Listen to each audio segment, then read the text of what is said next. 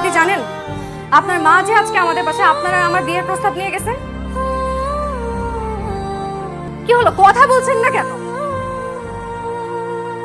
আমি আবার কাকে কি বলছি?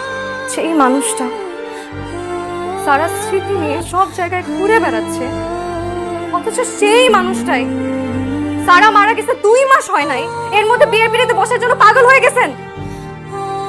এই যে হ্যালো, আমি আর আমার বোন দেখতে একরকম হলেও না, আমরা কমপ্লিটলি দুজন ডিফারেন্ট দুইটা মানুষ, ডিফারেন্ট মাইন্ডসেট। আচ্ছা,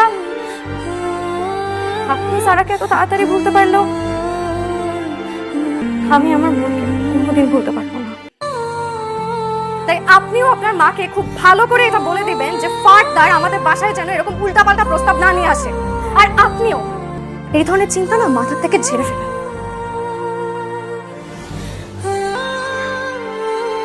আমার ভাবতেও অবাক লাগে, আমার বোনটা এইরকম একটা মানুষকে ভালোবেসেছিল, আপনার সামনে সারা চোখে মানায় না।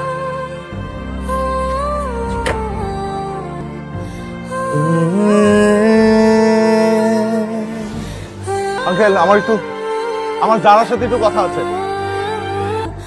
যাও যারা, শুনে আসো।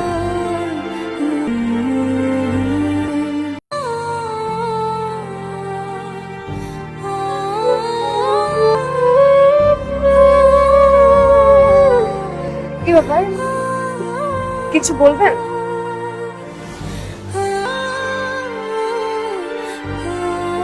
তোমার ডায়েরি। আপনি তো কোথায় পেলেন? তোমার রুমে পেয়েছি গতকালকে। ভেবেছিলাম দিব, কিন্তু মনে ছিল না।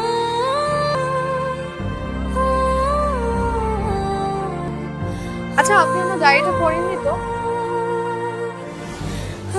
পড়েছি,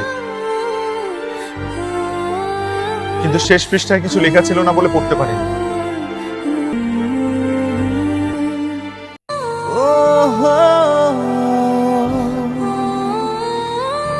আমি আর সারা 2 শরীর এক আত্মা, তাই তো আমাদের চাওয়া পাওয়া গুলো অদ্ভুত ভাবে একই রকম হয়ে যায়। প্রথম দেখাতেই আদিলকে আমার ভালো লাগে, কিন্তু আজকে যখন সারার ফেসবুকে আদিলের নাম সার্চ করা দেখতে পাই, আমি বুঝতে পারি সারাও আদিলকে পছন্দ করে। যেই সারা ছোটবেলা থেকে পৃথিবীর যে কোনো কিছুর বিনিময়ে আমার জীবনের সুখ এনে দিতে মরিয়া হয়ে থাকতো, আজকে আমি আমার সুখের জন্য ওর সাথে এত বড় স্বার্থপরতা করতে পারি না। ছোটবেলা থেকেই আমি অনেক দুষ্ট থাকলেও রান্না বান্নাটা বেশ ভালোই করি, তাই তো ইদানিং মজার মজার রান্না করে সারার নাম করে আদিলকে খাওয়াচ্ছি ইমপ্রেস করার জন্য। আদিলকে দেখে মনে হচ্ছে সারার প্রতি অলরেডি ইমপ্রেসড, কিন্তু সারাটা জানি কেমন একদমই আনরোম্যান্টিক। আদিলের টেক্সটের রিপ্লাইগুলো আমাকে দিতে হয়। মাঝে মাঝে তো এমন হচ্ছে যে আমি সারা রাত ধরে আদিলের সাথে প্রেমালাপ করছি, আর ম্যাডাম নাক ডেকে ঘুমাচ্ছে। এত কিছুর বিনিময়েও সারাকে সুখী করতে পারিনি, উল্টো সবাইকে দুঃখের সাগরে ভাসিয়ে সারা চলে গেছে আমাদের ছেড়ে। সেদিন আদিল ভাইয়ের সাথে দেখা হলো, মনে হলেও বেঁচে থেকেও জানো নেই।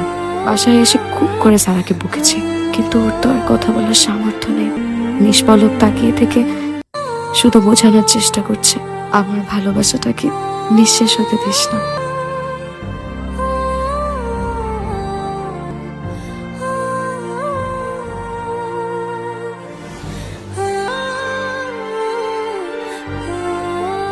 আগামী মাসে আমিও জার্মানি আসছি। পিএইচডির জন্য অ্যাপ্লাই করেছিলাম গত সপ্তাহে, লেটার এসেছে। ভেবেছিলাম একেবারে গিয়ে তোমাকে সারপ্রাইজ দিব, কিন্তু যেভাবে কান্নাকাটি শুরু করেছো, সারপ্রাইজটা আর রাখতে পারলাম কই। এবার তো একটু হাসো।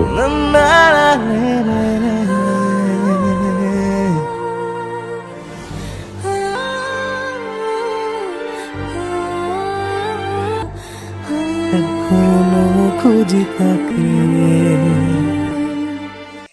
তোমার ছোঁয়া মিশে আছে হাতে, মন ভেসে বেড়ায় ভেতর কাঁদে জানো না, স্মৃতি পিছু ছাড়ে না, ধূসর ছোঁয়ে ভেতর কাঁদে জানো না, স্মৃতি পিছু ছাড়ে না, ধূসর ছবি রঙিন নয়, মনের বদলে